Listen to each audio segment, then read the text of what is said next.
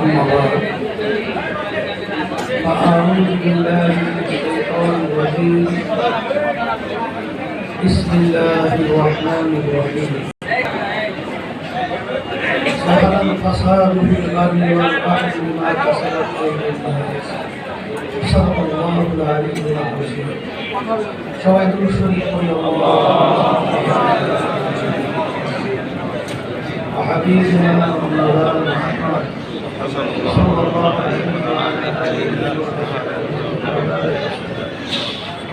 ইসলামী আন্দোলন বাংলাদেশ বরিশাল মহানগর শাখা কর্তৃক আয়োজিত আজকের সম্মেলনের সভাপতি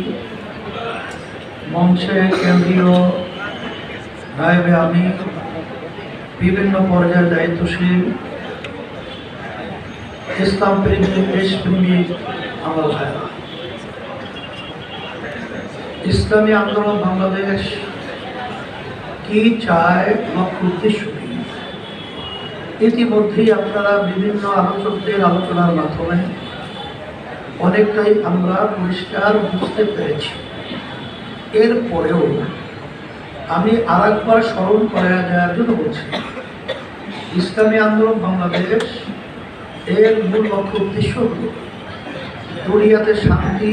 আখেরাতে মুক্তি।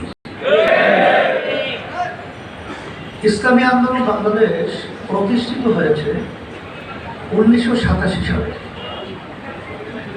কিন্তু অদ্যাবধি পর্যন্ত ইসলামী আন্দোলন বাংলাদেশের ব্যানারে এবং তার প্রতীকে